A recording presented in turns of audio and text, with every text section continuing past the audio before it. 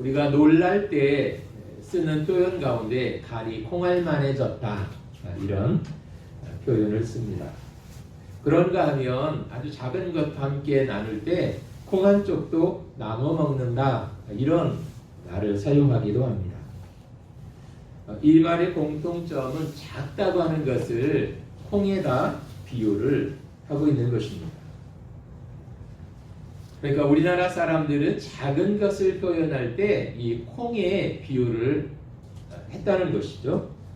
그런데 성경을 보면 성경에는 작다고 하는 것을 표현할 때 종종 겨자씨의 비유를 하고 있는 것을 보게 됩니다.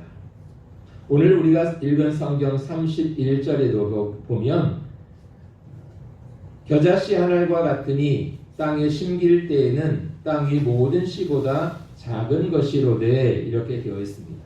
여기 작은 것을 비유하면서 겨자씨를 이야기하고 있습니다. 그런데 사실은 겨자씨가 작은 것이지만 세상에는 겨자씨보다도 더 작은 것들이 많이 있습니다. 그런데 유대인들은 가장 작은 것을 이야기할 때 언제나 이 겨자씨에 비유해서 자주 이야기를 했다는 것입니다. 그래서 성경에 보면 예수님이 하신 말씀 중에도 만일 너의 믿음이 겨자씨만한 믿음이 있다면 이 산을 명하여 저리로 옮기라 하여도 옮겨질 것이요 이렇게 말씀을 하셨습니다. 그러니까 작은 믿음을 겨자씨만한 것에 비유를 하고 있죠. 그래서 예수님은 성경 곳곳에서 이 작은 것을 결코 무시하지 않으셨습니다. 오히려 작은 것의 그 가치를, 작은 것의 소중함을 언제나 말씀하고 계십니다. 그런데 세상을 보면 작은 것을 무시하는 경향이 많이 있습니다. 작은 것을 그렇게 가치 있게 여기려고 하지 않습니다. 오히려 큰 거, 그래서 더 큰 거, 더 큰 거, 그렇게 큰 것에 세상은 가치를 두려고 하는 것입니다. 그러나 성경은 언제나 이 작은 것이 소중하다고 말씀을 하십니다. 그래서 또 예수님이 하신 말씀 가운데 작은 것에 충성된 사람은 큰 것에도 충성되다고 말씀을 하십니다. 그런데 이 충성이라는 말이 군인들이 충성 이런 거 연상하잖아요. 그런데 이 충성이라는 말은 원래 그 믿음이라는 말에서 나온 단어였습니다. 그러니까 작은 일에 믿음을 보이는 사람이 나중에는 큰 일에도 믿음을 보인다. 그런 의미인 것 같습니다. 그게 중요한 것 같습니다. 작은 일에 믿음을 보일 때 큰 일을 만났을 때에도 믿음을 발휘할 수 있는 것입니다. 그러니까 작은 일에 믿음을 보이지 못한 사람이 큰 일을 만났을 때 믿음을 보이는 것은 거의 불가능한 것입니다. 뿐만 아니라 예수님의 비유 가운데에는 한 가난한 과부가 엽전 2개를 그 성전 예물을 드리는 곳에 드렸다고 이야기를 하면서 이 여인을 칭찬하시는 내용이 나오고 있습니다. 비록 다른 사람들에 비해서 작은 것을 드렸지만 그 작은 것은 결코 작은 것이 아니다. 왜냐하면 이 여인은 자기가 가지고 있는 것에 전부를 드렸기 때문이다. 그래서 단순히 겉으로 드러내는 그 액수의 크기가 중요한 것이 아니다라고 말씀을 하십니다. 그래서 그 주님을 향해서 가졌던 이 여인의 그 귀한 헌신과 사랑의 마음에 대하여 예수님이 칭찬을 하셨던 것이죠. 그리고 이름 모를 한 사람에게 건네주었던 냉수 한 잔, 그 작은 친절이 하나님의 심판대 앞에 설 때 하나님으로부터 상급을 받는 중요한 그 일 가운데 하나가 될 것이다 라고 이야기를 합니다. 목이 마른 사람에게 물 한 컵 갖다 주는 게 뭐 대단한 일이겠습니까? 굉장히 작은 일이죠. 그런데 그런 작은 친절을 베푼 것까지 하나님은 잊지 않고 기억하셨다가 우리가 하나님 앞에 설 때 큰 상급으로 그렇게 주시겠다고 말씀을 하십니다. 그런 것을 보면 세상에서는 작은 것을 가치 있게 여기지 않고 소중하게 여기지 않지만 하나님은 그 작은 것이라 할지라도 결코 허투루 여기지 않으신다는 것입니다. 존이라고 하는 젊은 청교도 목사님이 계셨습니다. 이분이 1637년 그 신대륙에 대한 꿈을 안고 영국에서 미국으로 그렇게 옮겨갔습니다. 우리가 흔히 말하는 아메리칸 드림, 미국 그 신대륙 미국 땅에 가서 나의 꿈을 한번 펼쳐보리라 이런 기대를 가지고 미국 땅에 건너간 것입니다. 그런데 그런 꿈을 펼쳐보기도 전에 미국 땅에 도착한 지 1년도 못 되어서 이분이 폐결핵이라고 하는 진단을 받습니다. 당시에 이 폐결핵이라고 하는 것은 거의 불치병이었습니다. 그래서 이분도 결국 그 치료받지 못하고 그 폐결핵 때문에 자신이 죽을 수밖에 없다고 하는 것을 알게 되어집니다. 그리고 점점 이제 시간이 가면서 자신의 임종이 가까움을 느끼게 되어집니다.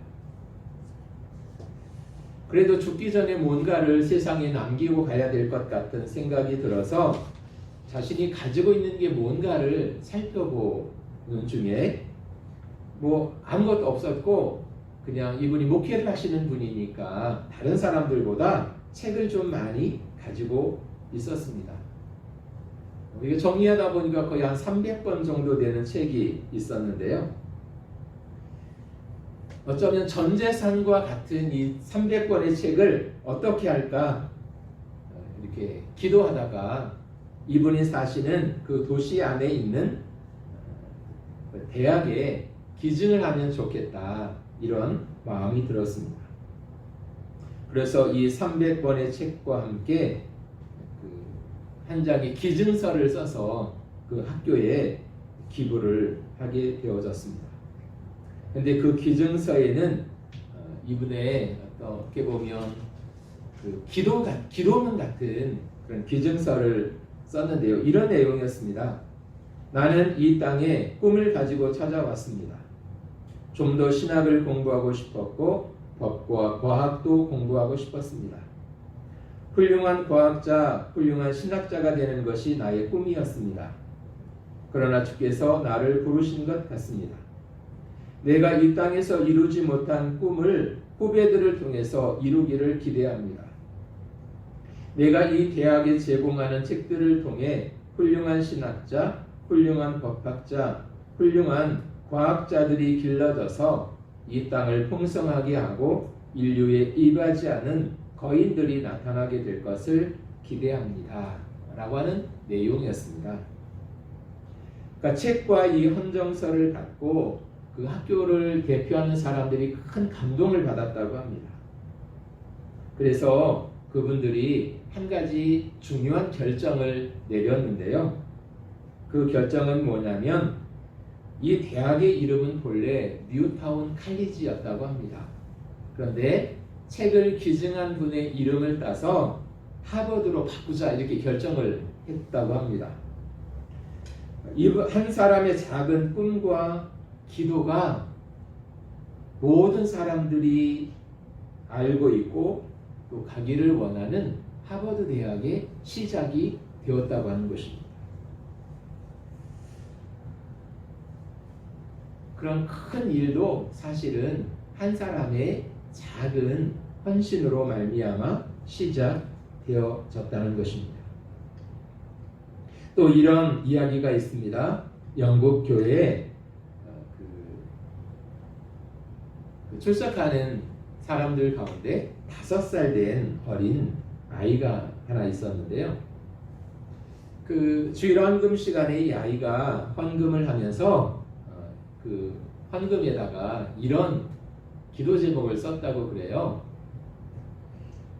이 헌금이 얼마 되지는 않지만 이 헌금이 이 헌금으로 성경책을 사서 인도에 보내주었으면 좋겠습니다. 사실 이 아이가 한 헌금은 우리 돈으로 하면 뭐 한 100원 정도 되는 그 가치였다고 그래요. 그러니까 100원으로 사실 성경을 살 수는 없잖아요. 그런데 그 마음이 기특하지 않습니까? 그래서 그 교회에서 이 아이가 한 헌금에다가 나머지 돈을 보태서 성경을 한 권 사가지고 인도로 보냈다고 합니다. 그리고 나서 그 아이도 성경을 보냈다는 사실을 기억하지 못했고 세월이 흘러갔으니까요. 그 교회도 목사님도 그 일을 다 잊고 있었습니다. 그런데 한 20여 년 후에 이 목사님이 인도로 선교 여행을 가게 되어졌는데요. 어느 마을에 갔더니 그 마을 전체가 정말 그 동네 사람 전부가 다 진지하게 그렇게 신앙생활을 잘 하고 있더라는 것입니다. 그래서 궁금했습니다. 아니 보니까 이 동네 사람 전체가 다 신앙생활을 열심히 잘하고 있는 것 같은데 어떻게 이런 일이 일어났습니까? 그러자 한 선교사님이 이런 대답을 했습니다. 어느 날 어떤 분이 우리 동네에 한 성경책 한 권을 가지고 찾아와서는 선물로 주고 갔습니다. 그리고 그 성경책을 읽기 시작하면서 이 동네, 이 마을에 사는 모든 사람들이 한 사람씩 교회에 나오게 되었고 예수를 믿고 신앙생활을 하기 시작했습니다. 그 출발점이 바로 이 성경입니다 하면서 그 성경책을 보여주더라는 것이죠. 그래서 그 성경책을 이렇게 받아서 넘기다 보니까 맨 그 뒤쪽에 20년 전 그 자기 교회에서 그 5살 된 꼬마가 기증했던 그 성경책에 이 아이의 이름을 써서 보냈는데 바로 그 성경책에 그 아이의 이름이 남아있더라는 것입니다. 그러니까 이 아이의 그 작은 헌신이 멀리 떨어져 있는 인도의 어느 한 마을이 완전히 복음화되는 놀라운 일을 이루어냈던 것입니다. 그런 것을 보면 하나님의 일은 어떤 거창한 선전이나 구호로 이루어지는 것이 아니라 가장 작은 어떤 사람, 가장 작은 어떤 일로부터 시작되고 있다는 것을 우리에게 보여주는 것 같습니다. 사실 하나님 앞에서 우리의 믿음도 그렇게 큰 것은 아닙니다. 어떻게 보면 참 작은 믿음인 것 같고 성경이 말하는 것처럼 겨자씨만큼 눈에 보이락말락하는 그런 작은 믿음인지도 모릅니다. 그러나 우리의 그런 비록 작은 믿음일지라도 그 믿음을 통해서 우리의 각 가정들이 하나님 기뻐하시는 믿음의 가정이 되고 또 그 작은 믿음으로 시작해서 믿음의 가문을 일으키는 그런 놀라운 축복된 주인공들로 저와 여러분들이 살아가기를 원하는 것입니다. 그래서 오늘 내가 하나님 앞에서 가지고 있는 그 작은 믿음과 작은 충성과 작은 헌신을 통해서 하나님 앞에 놀라운 그 축복의 열매를 거두는 우리의 삶이 되어졌으면 좋겠습니다. 두 번째는 이 겨자씨만한 이 씨앗이 그러니까 눈에 보이지 않는 작은 씨앗이 땅에 떨어졌을 때 그것이 싹이 나고 점점 자라서 큰 나무가 되어가는 장면을 31절과 32절은 우리에게 보여주고 있습니다. 눈에 보이지 않던 그 씨앗이 땅에 떨어져서 싹이 나고 나무로 커가는 이 과정을 성경은 왜 우리에게 보여주고 있을까요? 이 겨자씨가 땅에 떨어져서 나무로 커가면 결국 나중에는 높이가 한 4m 정도 나무로 성장을 하게 된다고 합니다. 그러니까 사람들은 처음에는 은혜도 잘 보이지 않던 그 씨앗이 나무가 되어서 점점 이게 커가는 것을 직접 자기 눈으로 보게 되어지는 것입니다. 그런데 성경은 단순히 겨자씨가 떨어져서 이렇게 큰 나무가 됐다, 그것을 말하고 있는 것 같지는 않습니다. 어쩌면 그것은 상징적으로 우리의 믿음이 성장해가는 과정을 보여주는 상징적인 그림인 것 같습니다. 그래서 중요한 것은 땅에 떨어진 씨앗도 큰 나무로 성장해 가듯이 우리의 마음에 떨어진 그 하나님의 말씀, 하나님의 복음, 또 하나님을 향한 믿음, 그것이 처음엔 작은 것이었지만 이제는 점점 성장해서 큰 나무가 되듯이 우리의 믿음도 그렇게 성장해 가야 한다고 하는 것을 우리에게 보여주고 있는 것 같습니다. 그래서 우리가 예수를 믿은 이후에 우리의 믿음이 하나님 앞에서 더 신실해지고 또 나를 바라보는 모든 사람들에게 내가 신앙적으로 더 성장해 가고 날마다 하나님 편에 서서 하나님과 함께 동행하는 그런 아름다운 신앙의 모범을 보여주는 성장하는 사람으로 우리가 주님 앞에 서야 되겠다라고 하는 것입니다. 그리고 내가 하나님을 믿는 사람다움을 또 나를 바라보는 많은 사람들에게 보여줄 수 있어야 한다는 것입니다. 그래서 원하기는 이 나무가 성장해 가듯이 우리의 신앙도 그렇게 성장해서 세월이 갈수록 점점 더 예수를 닮아가는 멋진 그리스도인으로 성장해 가는 것, 그것이 오늘 저와 여러분의 믿음의 모습이었으면 좋겠다는 것입니다. 그리고 그렇게 되기를 위해서 우리는 끊임없이 기도해야 하는 것입니다. 그러니까 개인적으로 보면 개인의 하나님 앞에서 개인의 신앙이 그렇게 성장해 가야 되는 것이고, 또 교회적으로 보면 어쩌면 우리 교회도 겨자씨만큼 그렇게 작은 교회일지 모릅니다. 지금은 그렇지만 또 하나님 은혜 안에서 또 우리의 기도와 사랑과 헌신을 통해서 점점 더 성장하고 커져가서 하나님의 큰 꿈을 이루어가는 그런 교회가 되도록 우리가 기도해야 할 것입니다. 왜냐하면 겨자씨 한 알이 처음에는 잘 보이지도 않는 작은 것이지만 땅에 심겨져서 큰 나무가 되듯이 우리의 신앙도, 우리의 가정도, 우리의 교회도 그렇게 점점 더 커가는, 성장해가는 그런 은혜가 있기를 위해서 우리가 기도해야 되겠다라고 하는 것입니다. 그리고 또 한 가지 오늘 이 비유를 통해서 우리에게 가르쳐 주고 있는 것은 그 성장의 결과입니다. 이 나무가 그러니까 점점 자라서 큰 나무가 되어졌을 때 어떤 일이 이루어졌느냐 하는 것입니다. 32절에 보시면 심긴 후에는 자라서 모든 풀보다 커지며 큰 가지를 내나니 공중의 새들이 그 그늘에 깃들일 만큼 되느니라, 이렇게 되어 있습니다. 씨앗이 땅에 떨어졌고 땅에 떨어진 씨가 싹을 냈습니다. 그리고 이제 점점 그 나무가 커가고 있습니다. 그리고 커지면서 점점 가지를 내기 시작했습니다. 그리고 그 나무는 이제 큰 나무가 되었습니다. 그렇게 가지를 내고 그늘을 만들어 내는 나무가 되었을 때 새들이 와서 그 가지에서 쉼을 얻고 있습니다.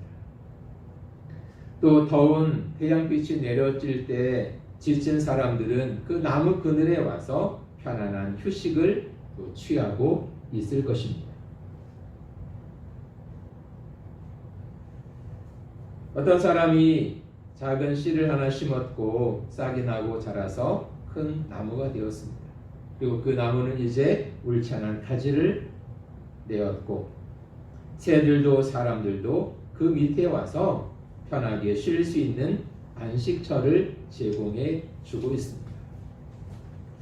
어쩌면 이 그림은 나무가 큰, 이 작은 것이지만 큰 나무가 되어진 결과가 어떤 것인지를 우리에게 보여주는 그림인 것 같습니다.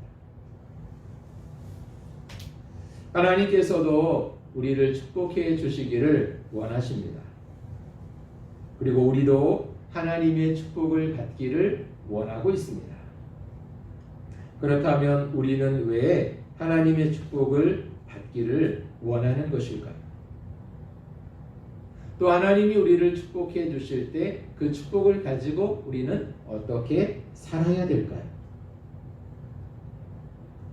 우리가 하나님으로부터 축복받기를 소원하는 하나의 이유가 있다면 그것은 내가 하나님으로부터 받은 그 축복을 나 혼자 다 누리는 것이 아니라 그것을 이웃들과 함께 나누기 위함이어야 한다는 것입니다. 또 그런 이유 때문에 하나님은 우리에게 복을 주시겠다고 약속하셨습니다. 하나님이 우리에게 건강을 주신 이유도, 또 하나님이 지금까지 우리를 살게 하신 이유도, 하나님이 우리에게 생명을 주신 이유도, 하나님이 우리에게 물질을 주신 이유도, 따지고 보면 내가 누군가에게 유익을 주고 또 누군가에게 축복이 되어주는 그런 사람이 되도록 만드시기 위해서 하나님이 우리를 그렇게 인도해 주셨다는 것입니다. 내가 하나님으로부터 받은 사랑이 분명하다면 그 사랑을 이제는 나누어 주라. 내가 하나님으로부터 평안과 기쁨을 얻었다면 이제는 누군가에게 그 평안과 기쁨을 나누어 주라. 피곤에 지쳐있는 이웃들을 만났을 때 하나님이 나에게 주신 그 안식을 나누어 주라고 하나님이 우리에게 먼저 복을 주시고 우리에게 은혜를 주셨다는 것입니다. 그래서 하나님이 우리를 축복하실 때는 그냥 혼자 잘 되라고 하는 것이 아니라 그 받은 축복을 나누는 사람이 되라고 하나님이 축복해 주신다는 것을 우리는 늘 기억해야 할 것입니다. 하나님이 아브라함을 축복하실 때도 그랬죠. 내가 너를 복의 근원이 되도록 만들어 주겠다 라고 말씀을 하십니다. 그것은 아브라함이 하나님의 복을 받아서 혼자 잘 먹고 잘 살라는 이야기가 아니었습니다. 내가 너에게 엄청난 복을 줄 텐데 너는 그 복을 받으면 그 복을 가지고 너의 주변에 있는 사람들에게 그 복이 흘러가도록 만드는 통로와 같은 삶을 살아야 된다고 말씀을 하고 계십니다. 그래서 우리가 먼저 하나님으로부터 복을 받고 내가 받은 그 복을 또 우리 이웃들에게 또 교회 안에서 함께 나눔으로 말미암아 하나님의 복을 함께 나누는 사람이 되라고, 함께 그 복을 누리는 사람이 되라고 그것을 위해서 우리를 불러 주셨다는 것을 꼭 기억해야 할 것입니다. 그리고 이 나무가 큰 나무가 되어져서 새들도 쉼을 얻고 그 그늘에서 지쳐 있는 사람들도 쉼을 얻게 만들어 줍니다. 그러니까 이 나무는 얼마나 소중하고 귀한 일을 하고 있는지 모릅니다. 오늘 하나님께서 허락하신 우리 자녀들을 위해서 기도할 때에도 이런 꿈을 가지고 우리가 기도하면 참 좋겠다, 그런 생각을 또 말씀을 준비하면서 하게 되어졌습니다. 우리 자녀들이 계속 성장할 것입니다. 우리 아이들이 이제 계속 자라서 어른이 될 것입니다.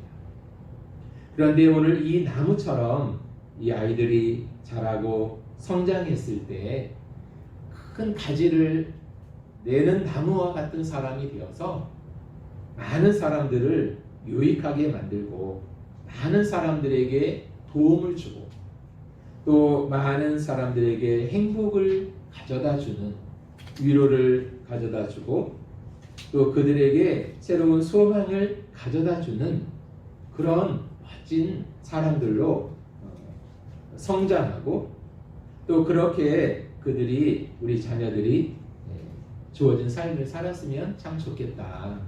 그런 마음이 생겨났습니다. 또 그것이 오늘 자녀들을 향해서 기도할 때 우리 부모님들이 기도해 주어야 될 중요한 내용 가운데 하나였으면 좋겠다는 생각들을 하게 되어졌습니다.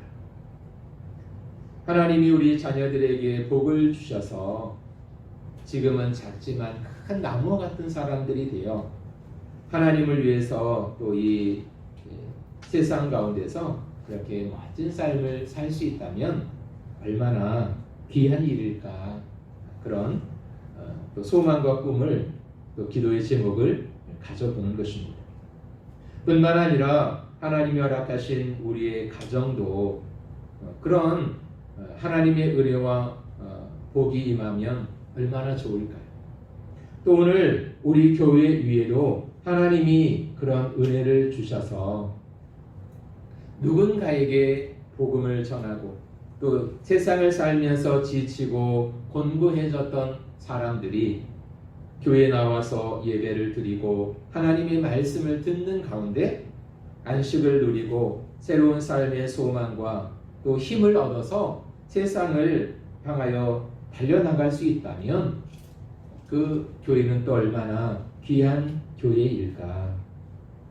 하나님이 허락하신 모든 믿음의 가정들이 하나님의 축복 가운데 그런 큰 나무와 같은 그런 가정들이 되어서 주위에 있는 많은 사람들에게 그런 안식과 또 평안을 전하는 그런 믿음의 가정들이 될 수 있다면 얼마나 좋을까.